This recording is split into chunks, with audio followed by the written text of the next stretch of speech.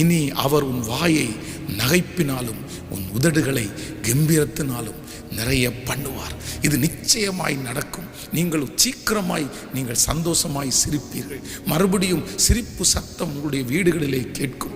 அநேகரோடு நின்று நீங்கள் சந்தோஷமாய் பேசுகிற நாளை கர்த்தர் அனுமதிப்பார். இந்த நாள் திரும்பி வராது என்று நீங்கள் நினைக்கலாம். இல்லை, இது கர்த்தருடைய வார்த்தை.